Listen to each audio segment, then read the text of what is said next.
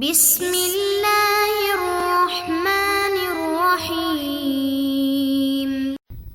بسم اللہ الرحمن الرحیم۔ السلام علیکم ورحمۃ اللہ وبرکاتہ۔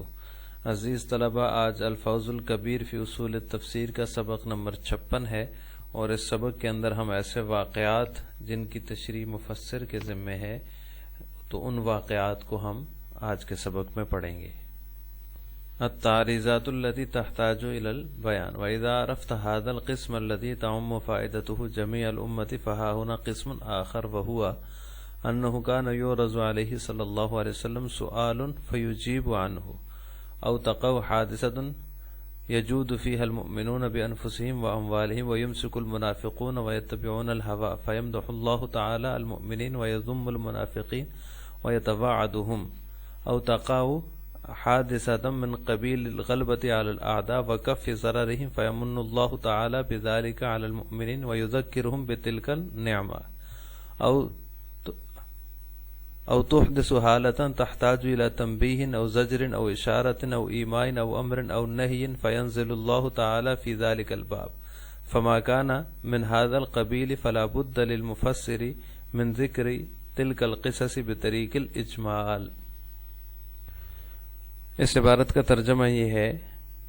حضرت شاہ صاحب فرماتے ہیں وَإِذَا عَرَفْتَ هَذَا الْقِسْمَ الَّذِي تَعُمُّ فَائِدَتُهُ جَمِيعَ الْأُمَّةِ فَهَا قِسْمٌ آخر، جب آپ نے یہ جان لیا جس کا فائدہ پوری امت کو عام ہے، اس قسم کو آپ نے جان لیا، تو یہاں پر ایک اور قسم بھی ہے، یعنی ایسے واقعات کو آپ نے جان لیا جس کا جو ہے وہ فائدہ عام ہے اور تمام امت کی وجہ سے، نماز ہے، روزہ ہے، زکوٰۃ ہے، حج ہے، تو اس کی جو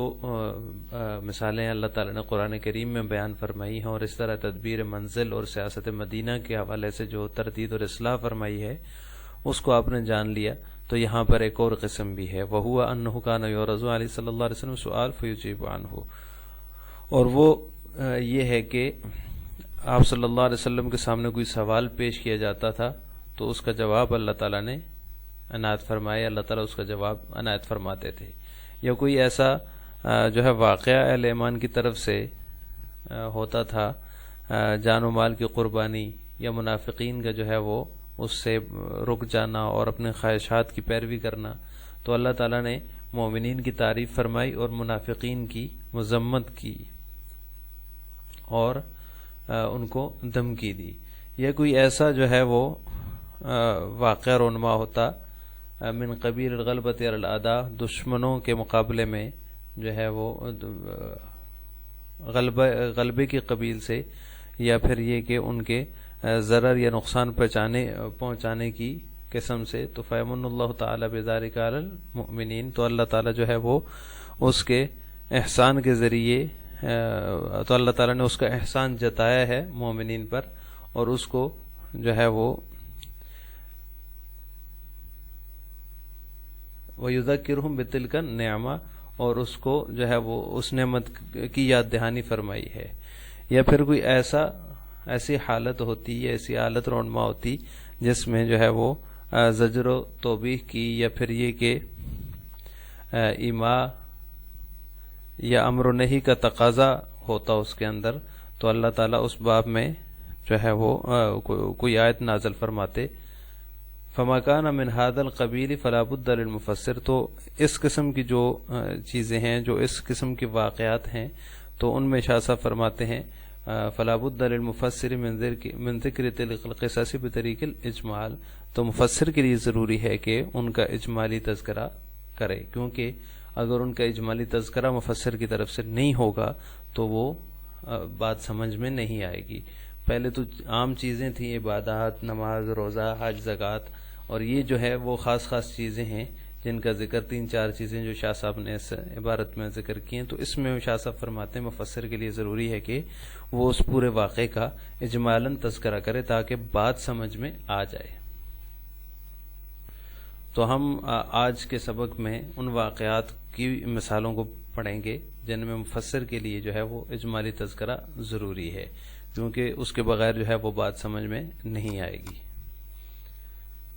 تو اس میں سب سے پہلے جو شاہ صاحب نے ذکر کیا ہے کہ اگر کوئی آپ صلی اللہ علیہ وسلم سے سوال ہوتا تو اللہ تعالیٰ اس کا جواب نازل فرماتے. اس کی مثال یسألونک عن الروح قل الروح من امر ربی.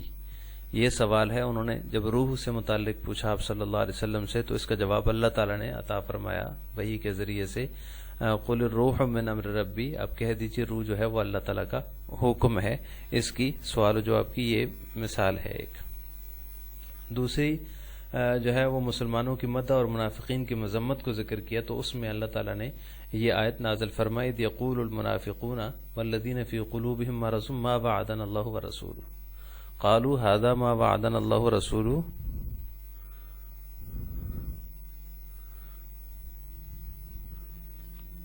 تک آیت ہے، اور اس کے بعد وصدق اللہ ورسولہ ما زادہم الا ایمانا وتسلیما جو ہے یہ اگلی آیت ہے. ولما رأى المؤمنون الاحزاب قالوا هذا ما وعدنا الله ورسوله وما زادهم الا ایمانا وتسلیما. جب منافقین سے جو ہے جن کے دلوں میں مرض ہے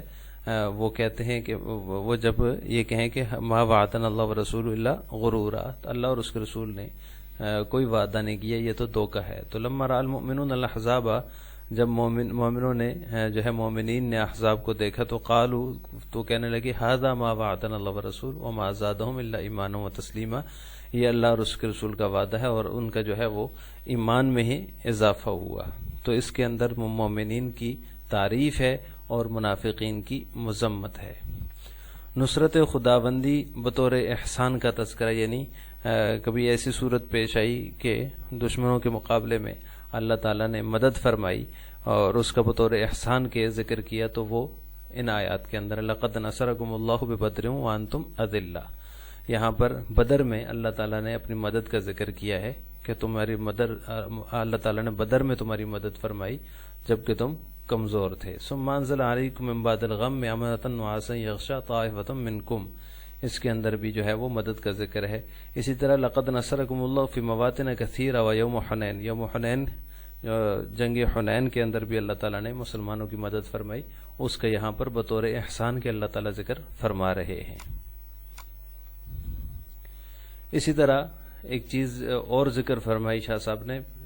متن کے اندر، پیش آمدہ حالات کے مطابق زجر و تنبیہ کی مثال. تو اس کی مثال میں یہ ہے کہ آپ صلی اللہ علیہ وسلم جب غزوہ احد کے لیے روانہ ہوئے تو راستے سے کچھ لوگ واپس ہو گئے، تو جنگ سے پہلے ہی تو صحابہ کرام کا آپس میں جو ہے ان کے بارے میں اختلاف ہو گیا. ایک جماعت نے ان کو مباح الدم قرار دیا اور دوسری جماعت کو اس سے اختلاف تھا، تو اللہ تعالیٰ نے جو ہے وہ اس کے بارے میں یہ تنبیہ فرمائی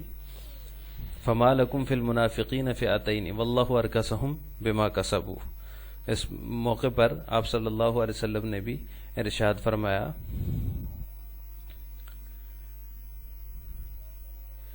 انہا طیبۃ تنفی الخبث کما تنفی النار خبث الحدید. تو یہ جو ہے وہ اس میں تنبیہ کے طور پر اللہ تعالیٰ نے یہ آیت نازل فرمائی. اور اسی طرح تحریض، ایماء اور امر و نہی کی جو مثالیں ہیں وہ وَلَقَدْ صَدَقَكُمُ اللَّهُ وَعْدَهُ إِذْ تَخُشُّونَهُمْ بِإِذْنِهِ حَتَّى إِذَا فَشِلْتُمْ وَتَنَازَعْتُمْ فِي الْأَمْرِ وَعَصَيْتُمْ مِنْ بَعْدِ مَا أَرَاكُمْ مَا تُحِبُّونَ مِنْكُمْ مَنْ يُرِيدُ الدُّنْيَا وَمِنْكُمْ مَنْ يُرِيدُ الْآخِرَةَ. بعض وہ ہیں جو دنیاوی زندگی چاہتے ہیں، وَمِنْكُمْ مَنْ يُرِيدُ الْآخِرَةَ، اور بعض تم میں سے وہ ہیں جو آخرت کے خواہاں ہیں. لا تكونوا كالذين كفروا وقالوا لإخوانهم إذا ضربوا في الأرض وكانوا غزا لو كانوا عندنا ما ماتوا وما قتلوا. تو یہ بھی جو ہے اس کے اندر بھی تحریض و ایماء ہے. اور اسی طرح آثار بدر جو ہے، بدر کے جو قیدی تھے ان سے فدیہ لینے پر جو ہے وہ زجر و توبیخ فرمائی اور پھر اس کے بعد اس کو حلال قرار دے دیا. فَكُلُوا مِمَّا غَنِمْتُمْ حَلَالًا طَيِّبًا. یہ اس کے بارے میں جو ہے پہلے اس کو جو ہے اس کے اوپر زجر و توبیخ فرمائی اور پھر اس کے اوپر یہ آیت نازل فرمائی کہ تم کھاؤ اس چیز سے جو اللہ تعالیٰ نے تمہیں جو ہے بطور غنیمت کے عطا فرمائی ہے، وہ حلال اور پاکیزہ مال ہے. اور اس طرح خاص حالات کے پیش نظر جو ہے اللہ تعالیٰ نے نہیں کی، منع فرمایا. اس کی مثال ہے یا ایھا الذین آمنوا لا تحرموا طیبات ما احل اللہ لکم. ایمان والو تم ان پاک چیزوں کو حرام قرار مت دو جن کو اللہ تعالیٰ نے تمہارے لیے حلال کیا ہے. تو یہ چند ایسی چیزیں تھیں. اب ان کے جو ہے وہ مفسر کے لیے ضروری ہے کہ ان کا واقعہ بیان کرے کہ یہ کس واقعے کے سبب کے طور پر اللہ تعالیٰ نے یہ آیت نازل فرمائی. تو اس کے بغیر یہ بات سمجھ میں نہیں آئے گی. جیسے کہ فما لکم فی المنافقین فئتین، یہاں پر 2 گروہوں کا ذکر ہے. تو کون سے 2 گروہ تھے، جب تک واقعے کا پتہ نہیں ہوگا تب تک بات سمجھ میں نہیں آئے گی.